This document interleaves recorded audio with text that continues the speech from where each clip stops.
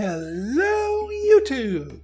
I am Pinstar, and this is a 2-Point Hospital Quick Tip. So today, up on the menu, we have ourselves the much requested GP's office. So today's build, I will be calling the Milton GP's office, and I'll show you why it's called that. First off, GP's office, minimum size 3x3, and we're going to keep it that way because the GP's office, even with this build, you're going to need to build a lot of them, so you're not going to want them to have too big of a footprint. So 3x3. Now, as far as the door goes, I like to put the door on the side over here. This is a flexible one. As long as it's not in the middle, you can pretty much mirror this opposite ways, and it works just as well. Now, for the seat here, and this is probably our first important part, is we want to put it right here in the middle. I've done some testing, like counting the animation frames and the seconds for execution.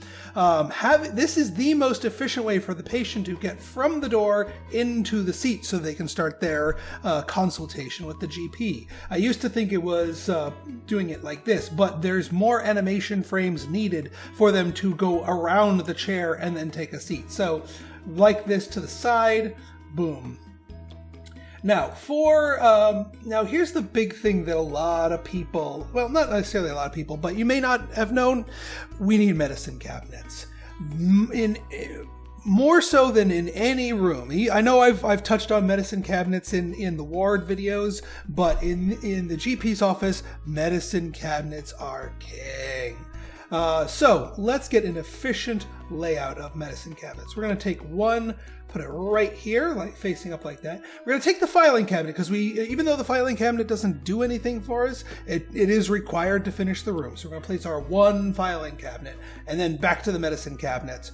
And we're going to sneak them as close as we can get. Again, using that control key, holding it down to take it off of the grid, so that we can squeeze as many of these as we can get. Now, on this row up here, we're going to want them facing the back wall, like so. Uno, dos, tres, and cuatro. Now, we're going to do the opposite here. We're going to face them inwards, like that. Get them as close as you can get away with. Just sort of like the screens facing the beds in our power ward build. We want them as close as possible because we want to squeeze as many of these in here as we can. And then to top this all off, two more to the side here, and voila. We have fit 14 medicine cabinets. It would have been 15 had we not been required a filing cabinet. But yeah. And, well, I'll explain exactly why we want more in just a moment. So, as far as heating this place or air conditioning it, we've got a nice little corner over here. A small radiator will do the trick, or a small air conditioner over there. As far as the other accoutrements, like coffee makers and sweets dispensers, you don't need them for the GP's office. The reason being is that employees will only use these extra things if they're idle. Your GPs are not going to be idle. Unless you've done something horribly wrong, your GPs are not going to be idle. We can slap down a couple of rugs down here because they don't take up any space and they add to the prestige. But again, our main claim to fame, Gold Star wards, we're going to use and abuse these things at least until they nerf them. And I mean, I'll be the first to admit I use them, but they are deserving of a nerf. Just because of how good they are for the price they command. Bada bing, level 5 prestige. Let's build it.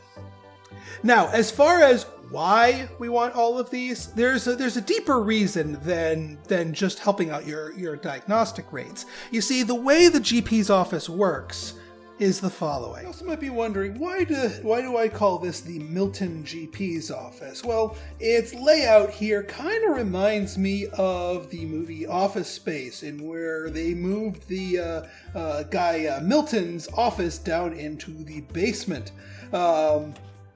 So anyway, because kind of looks like all this stuff is crammed in here. So yeah, as you can see, real quick trip over here to the seat. They get out of their chair and in the thing there and on to the next patient.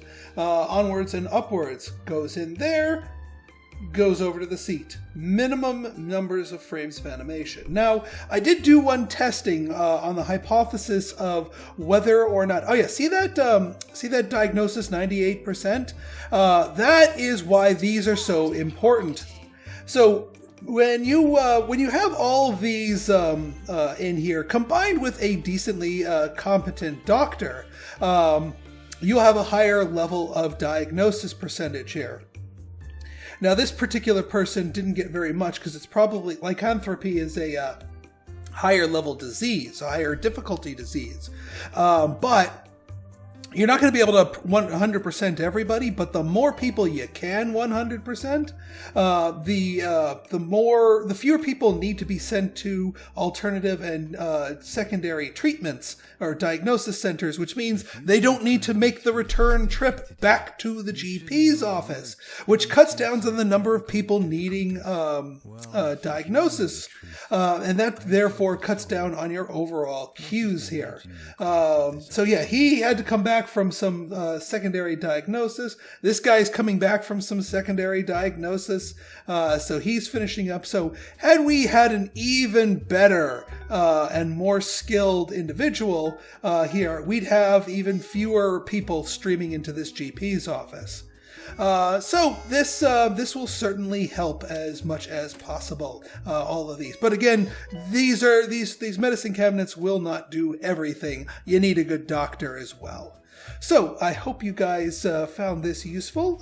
If you did, go ahead and hit that like button, that subscribe button, and leave me a comment, good, bad, or indifferent. And if you know someone who might need this help, feel free to share the video. So until next time, this has been Pinstar signing out. See ya!